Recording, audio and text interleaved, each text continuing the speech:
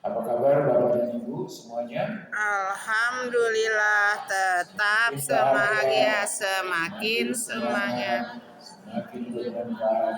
Allah. Insya Allah. Hari yang berkah. Hari yang berkah. Di mana kita kembali duduk bersama untuk belajar.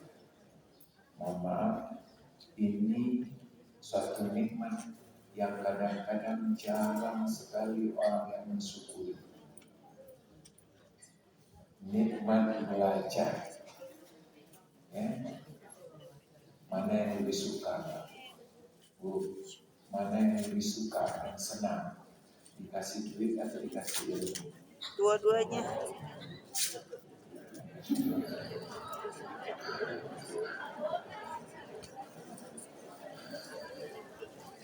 Dua-duanya Ustaz.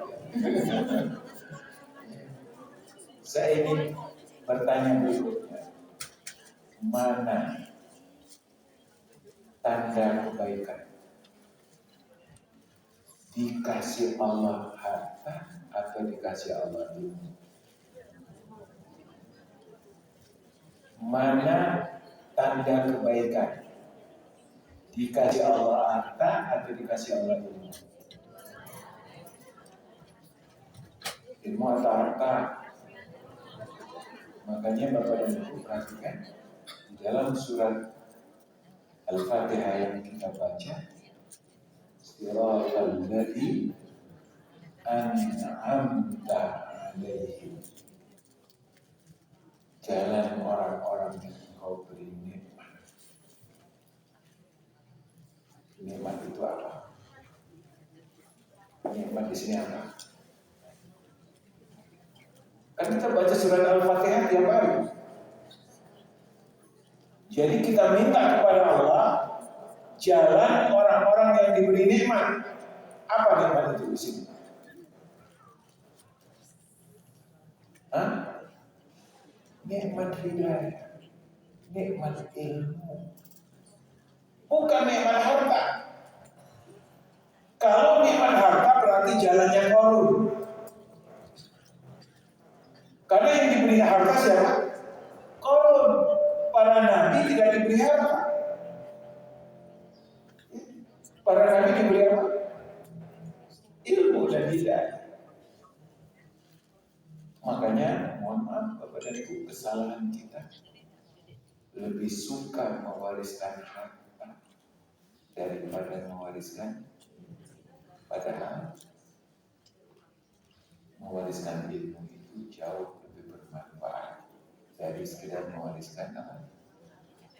Makanya Nabi Zakaria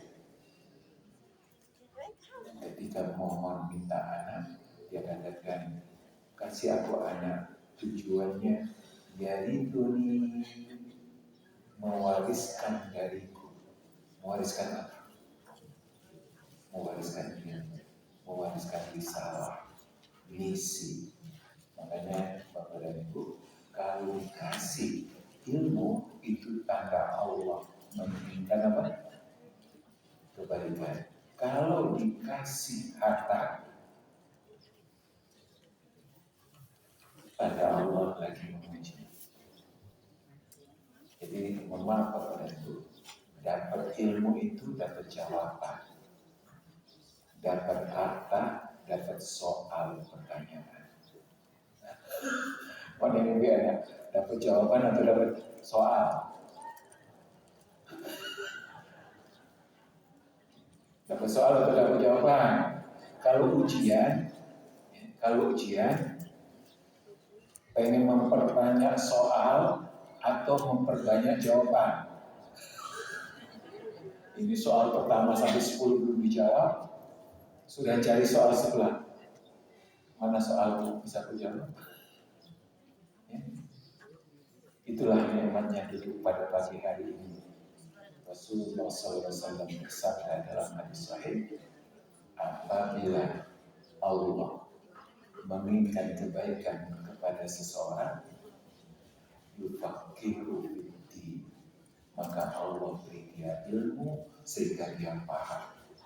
Sekali lagi, Bunyi hadisnya apa? Rasulullah berkata, apabila Allah menginginkan apa?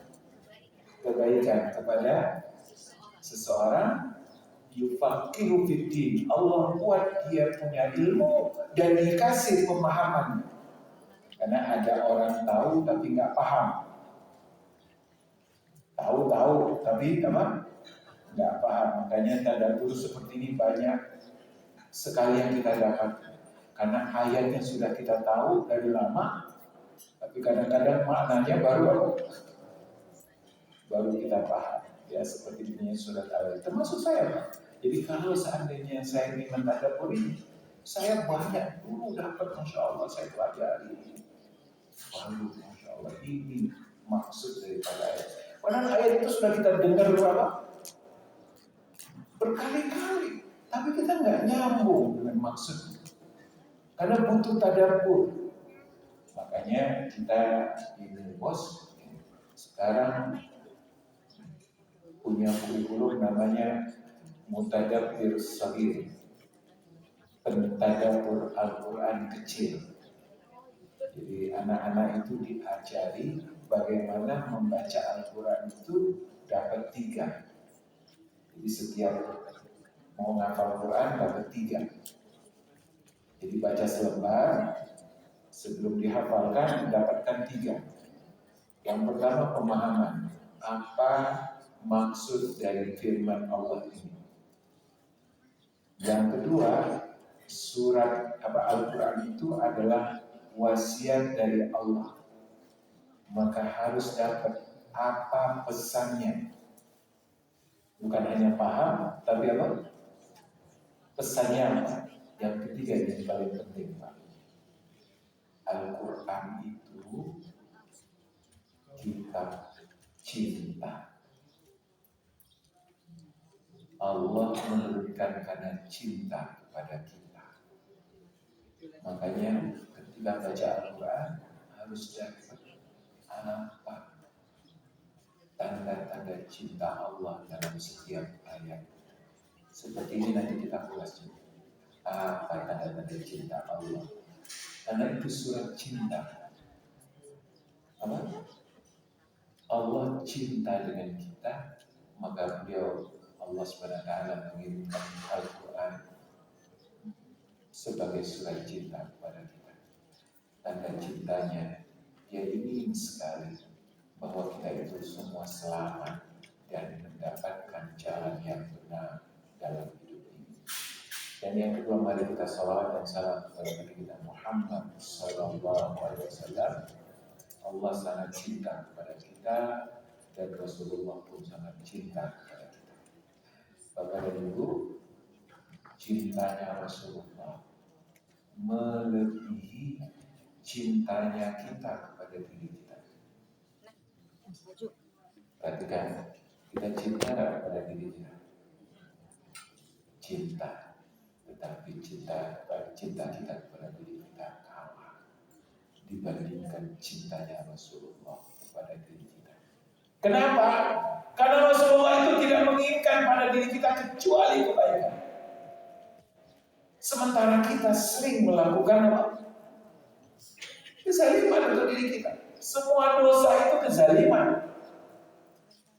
Sementara Rasulullah sedih kalau ada umatnya yang tergelincir ke dalam apa? Makanya jangan lupa terus bersalawat, bangun hubungan batin dengan beliau Sallallahu Alaihi Wasallam. Baik, kita lanjutkan Bapak dan Ibu surat apa? Al-Lail. Jadi kembali sedikit kita ulangi apa yang telah kita tadabburi kemarin. Bismillahirrahmanirrahim. Setelah auzubillahi minasyaitonirrajim, Allah bersumpah dengan malam ketika mulai apa? Menutupi dengan kegelapannya. Allah bersumpah dengan siang dan Allah bersumpah dengan apa? Dengan penciptaan laki-laki dan penciptaan perempuan. Isi sumpahnya apa? Inna sa'yakum, bahwa usaha kerasmu, jadi sa'i itu adalah usaha keras, kerja keras yang menghabiskan seluruh yang kita miliki. Menghabiskan umur kita, menghabiskan kekuatan kita, menghabiskan potensi kita. Dan semua orang yang hidup sedang berdagang, sebagaimana yang kemarin kita sebutkan dalam hadis sahih, sedang menjual. Yang dijual adalah waktunya, yang dijual adalah dirinya, yang dijual adalah potensinya, kekuatannya dia jual. Setiap hari kita dagang.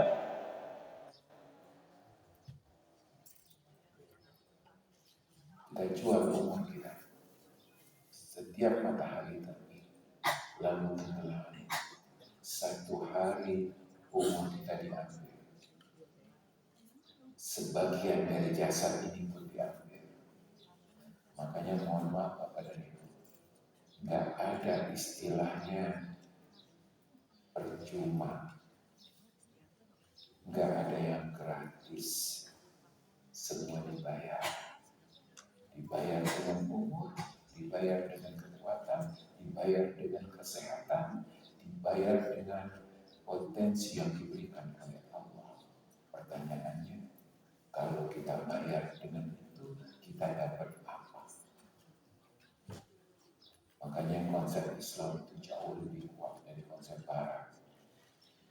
Time is not money. Kalau Barat apa? Time is terlalu murah. Kalau hidup ini cuma dibayar pakai duit, kita kasihkan semuanya, sementara kita cuma dapat apa? Duit. Makanya time is surga, is China. Waktu berharga surga. Itu baru setimpal. Tapi kalau waktu berharga duit, receh, nanti kita akan lihat sini. Walaupun itu penting banget, duit penting banget. Baik, perhatikan Pak, ini satu hal yang luar biasa. Malik bin Nabi, mungkin Bapak pernah kenal Malik bin Nabi, seorang pemikir Muslim luar biasa. Itu kelasnya di bawah Ibnu Khaldun. Dia luar biasa merumuskan konsep peradaban. Peradaban itu terdiri dari unsurnya ada 3. Ya. Jadi peradaban itu terjadi, unsurnya ada 3. Unsur yang paling penting dalam membentuk peradaban adalah waktu. Maka setiap waktu ada peradabannya sendiri. Ya. Sebelum ada waktu, belum ada peradaban. Yang kedua, unsurnya adalah manusia. Karena yang membuat peradaban itu siapa? Manusia.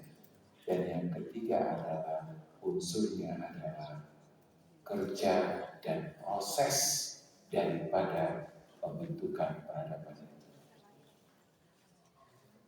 Menariknya, ayat ini berbicara tentang 3 itu. Perhatikan Pak, Allah berbicara tentang waktu, malam dan siang. Dalam malam dan siang itulah dibangun peradaban. Nanti kita akan berbicara peradaban apa yang dibangun. Karena semua yang hidup membuat peradabannya. Tapi peradaban apa yang dibangun itu yang juga penting untuk dibicarakan. Ya. Jadi peradaban itu terjadi dalam proses waktu. Ada malam dan siang. Siapa pelakunya? Manusia. Laki-laki dan perempuan. Dan setiap mempunyai peran masing-masing di dalam membangun peradaban itu. Ya. Membangun peradaban itu masing-masing punya peran. Laki-laki punya peran, ibu-ibu punya peran. Dan masing-masing peran itu sulit digantikan. Sulit digantikan. Kenapa? Karena kodratnya sudah disesuaikan dengan perannya. Makanya kalau dipaksa diganti, nggak maksimal. Mohon maaf, ibu-ibu itu perannya di rumah jauh lebih optimal daripada di kantor. Walaupun di kantor juga bisa kan, Bisa kerja. bisa hebat. Tetapi begitulah, perang itu dibuat atau diciptakan oleh Allah sesuai dengan. Terus yang ketiga unsur apa? Unsur kerjanya, usahanya, aktivitasnya, biasa.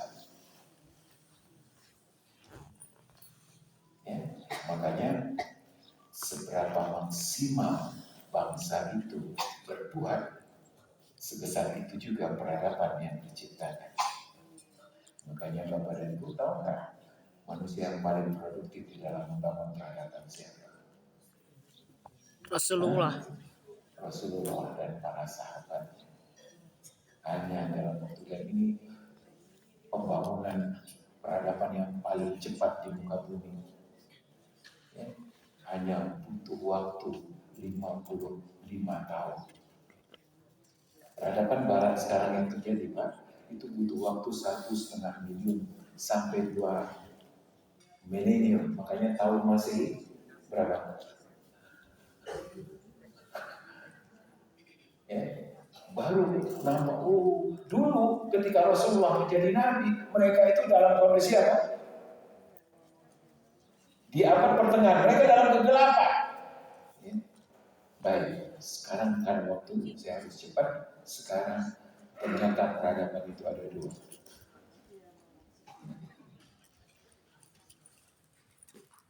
Peradaban yang akan kekal dan peradaban yang akan sedikit demi sedikit apa? Hancur dan hilang. Yaitu wa'amma man a'ta wattaqa wa saddaqa bil husna. Inilah peradaban yang akan kekal. Maka ketika bangunan hidup kita bangun dengan a'ta wattaqa wa saddaqa bil husna, inilah yang disebut dengan hak. Sementara bakhila wastaghna wa kadzdzaba bil husna, inilah yang apa? Batil. Laqad ja'al haqqu wa zahaqal batil. Innal batila kana zahuqa. Sehebat apapun, sehebat apapun.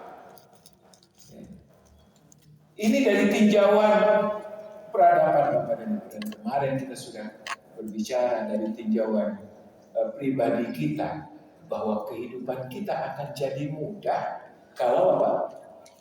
Kalau hidup kita a'ta wattaqa, maka Allah akan mudahkan untuk hidup yang mudah.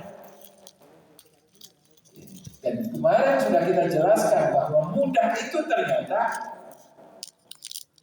bukan masalahnya yang mudah. Kadang-kadang masalahnya tidak perlu dimudahkan. Sebagaimana para nabi masalahnya nggak mudah. Dan kemarin sudah kita sebutkan. Kebayangkan Nabi Ibrahim menghadapi tantangan seperti itu. Dan Nabi Ibrahim tidak minta masalahnya dia dimudahkan, diturunkan. Tapi yang diminta adalah kapasitasnya yang diperbesar untuk bisa melihat masalah itu jadi mudah. Karena mudah dan sulit itu tergantung. Bu, Pak, kalau kita sekarang pengen cari uang 100 juta, itu masalah mudah atau masalah kecil? Hah? Pengen uang 100 juta, masalah kecil atau masalah besar? Tergantung. Ya kan? Kalau di dompet 1 miliar berarti masalah kecil. Tapi kalau di dompet 100.000, maka yang penting dompetnya yang dibesarkan, ditebalkan. Bukan dompetnya, tapi ininya, hatinya. Ya. Nah, kembali Bapak dan Ibu, jadi Allah SWT mengatakan ada kehidupan kalian, baik secara individu ataupun secara kolektif, sebagai bangsa dan negara. Ini pentingnya Bapak dan Ibu. Makanya mohon maaf, Kalau saya berpikir, pemimpin itu bukan levelnya berpikir pada individu, tetapi pada kolektif. Dan berpikirnya bukan pada masalah individual, tapi masalah peradaban. Satu bangsa yang hebat itu adalah bagaimana dia ingin membangun satu peradaban. Ada karya yang dilihat sebagai karya hidup. Dan orang-orang yang beriman itu harus punya karya hidup. Kita ini mohon maaf, bukan numpang hidup di dunia ini. Berarti kan? Bukan numpang hidup, tapi ngapain? Kita punya misi hidup. Jadi adanya kita di dunia ini, Bapak dan Ibu, bukan hanya menunggu mati, tapi ada misi hidup. Allah utus kita ke dunia ini untuk satu misi.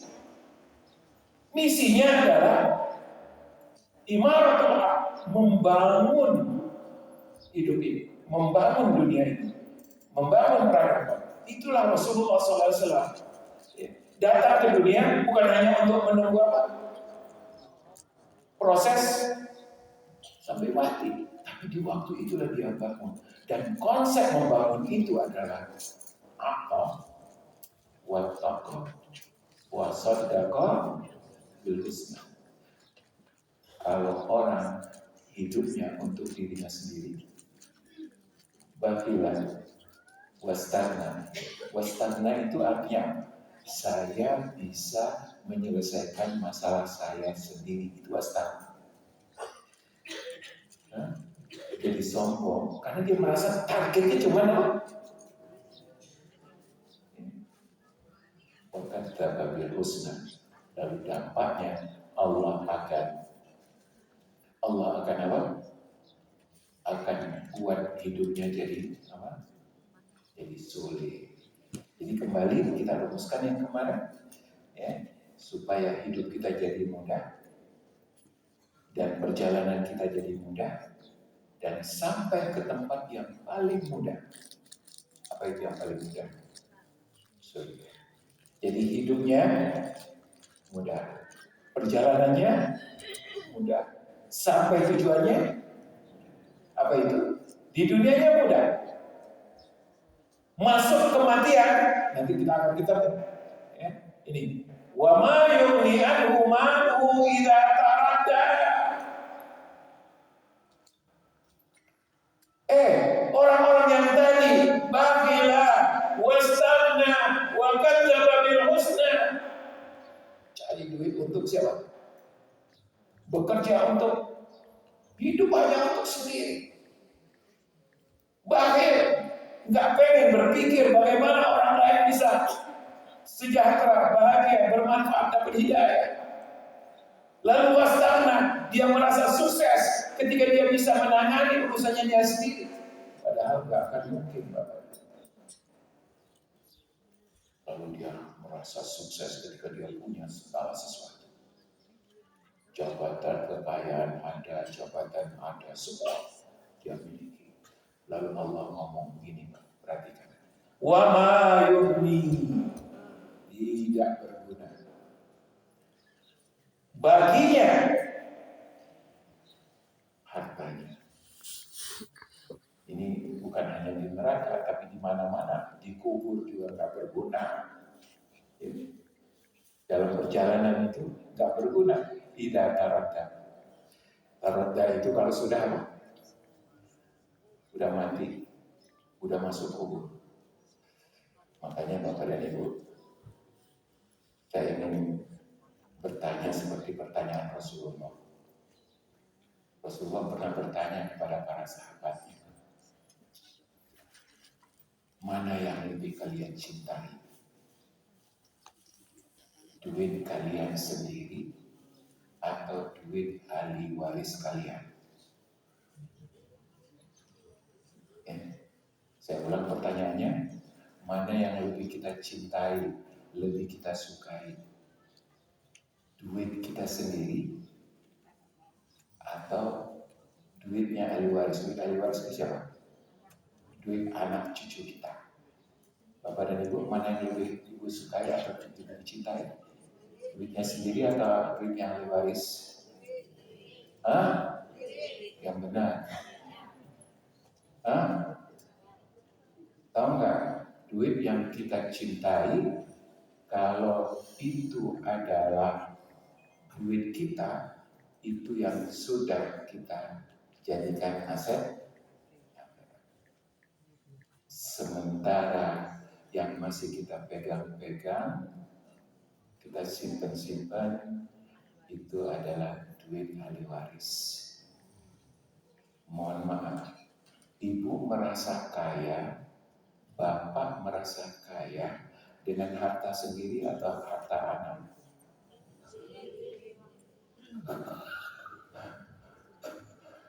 Mohon maaf, sekarang banyak orang merasa kaya dengan harta anaknya.